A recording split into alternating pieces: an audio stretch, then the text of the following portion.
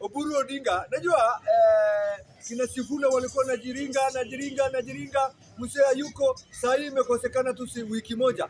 Imechamuka, ile maneno yao imesaulika. Mpaka siku hizi Babu Owino ni kwa polisi, anasurura huko ni kama anauza dawa ya kulevya. Sijui shida ya Babu Owino ni nini.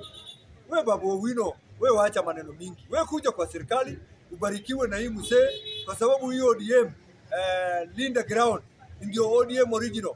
Hii linda wananchi, ni linda Uhuru Kenyatta na linda tumbo yao. Kwa hivyo, sisi hatuna wasiwasi kama watu ya UDA, na siku karibu tutafanya launching ama mkutano ya UDA Embakasi Central. Tukitoka Embakasi Central, tunaenda Embakasi East.